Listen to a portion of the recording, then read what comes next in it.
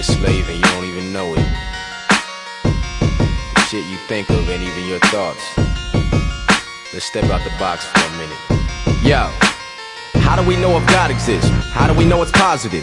Are you the definition of an angel or the opposite? America is already great. America is already strong.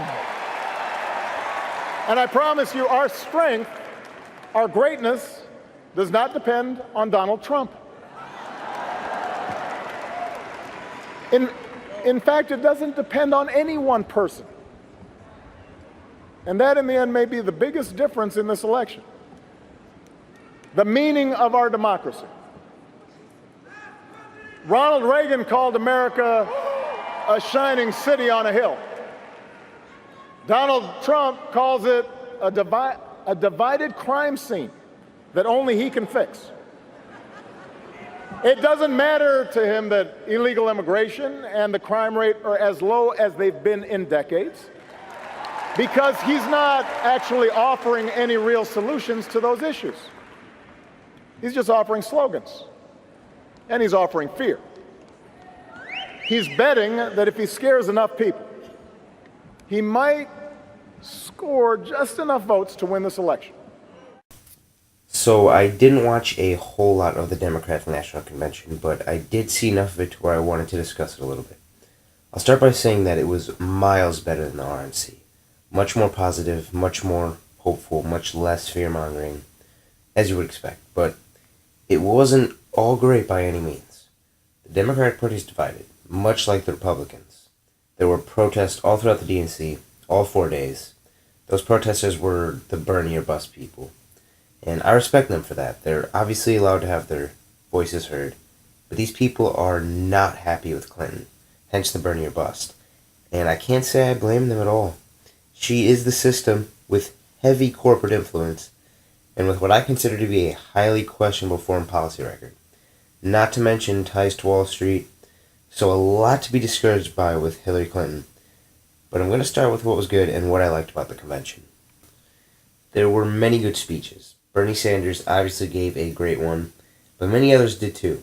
Elizabeth Warren, Joe Biden, Obama, his wife, Bill Clinton, Sarah Silverman even gave a great one.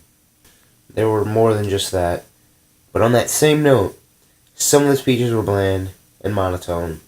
There was some ass-kissing and praise for Clinton, understandably, but it just grates on me, which is kind of why I tuned out to most of this event.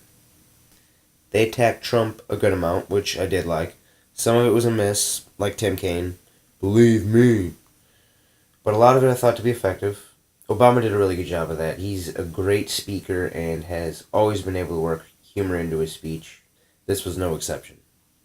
Now, Hillary's speech was, You know what to expect from her, and those expectations are not high. To me, it's just her voice, the way she talks, and that fake-ass smile she always sports. When she tries to inspire people and get them excited about the future, it's never genuine. And most people see right through that, including myself. They say it on TYT all the time, if you watch the Young Turks. But it's a true statement, so I'll say it again here. The more Clinton talks, the less people like or trust her. So I will finish up with the platform, the Democratic platform. And it was surprisingly not that bad, at least with respect to what I was expecting. She's for $15 an hour minimum wage. We've known that for a while. She's for free public college tuition for anyone whose parents make under $125,000. Okay, not as good as she could go, but I'll take it, definitely. That's much improvement. She claims to be into TPP. I'm not buying that for a second. No way, not a chance. Can't remember who it was, but someone actually came out in public in the media and recently and said that she will flip on this issue. Straight up. So yeah, no. But another good thing is she appears to be for a public option for healthcare, which I like. That would help out so many people with no healthcare or less than sufficient healthcare right now. These are all good things. I like to hear this. However, at the end of the day, on most of the major issues, she opposes Sanders and his supporters. That would be the TPP mentioned before. She's for fracking. She's said that she would regulate Wall Street, which, again, I am calling BS. She has ties to them, and just a month or so ago, a Wall Street executive came out in public and told Clinton not to pick Elizabeth Warren as her VP because she would give them too much trouble. Hillary is real close to Wall Street. She will not do anything to them. Another one is no two-state solution in the Middle East with Israel and Palestine. And again, this is where her foreign policy record comes into question. She was for the Iraq War, for the bombing of the Middle East, which is still happening today.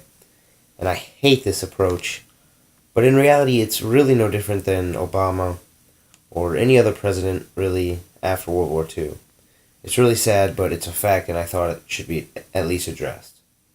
So after saying all that, the real million-dollar question here is, will she keep to her word? Will Hillary Clinton push for these policies? Now, I think it was on MSNBC, but a few weeks ago they had on Ralph Nader, who mentioned the fact that by promising to Sanders and his supporters to implement the policies she said she would, that she was essentially setting herself up to commit political betrayal. Not intentionally, but that is essentially what was happening. Now, that's an interesting train of thought, or an interesting idea. I'm not sure I completely agree with him on it, but it's definitely an interesting perspective. To me, I question her willingness to push for legislation. She might propose something, but to actually fight for it, to get it passed, I just don't see her doing that. I could be wrong, hopefully I am, but at this point I highly, highly doubt it. To conclude things, this convention was decent. Nothing too great, some hope, some positivity, but not how many Americans wanted this Democratic primary to end. However, we must put things in perspective. The RNC was a clown show, with hate, bigotry, fear-mongering, and absolutely no hope for America. So comparatively, the Democratic convention was sunshine and freaking rainbows. Now, not in reality, but it's the lesser of two evils kind of thing. Now, at the end of the day, I hate politics. They're almost all bought through donors. The people are secondary in the equation. The two-party system is rigged. It's all one big game. I advocate grassroots social activism. Elect quality local officials. Build from the bottom up. Politics ain't going to do it. The people have to.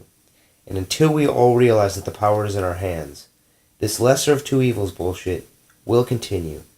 The environment will continue to get destroyed. Terrorism will rise. Income inequality will rise. Global unemployment will rise. And many other predictable consequences will occur.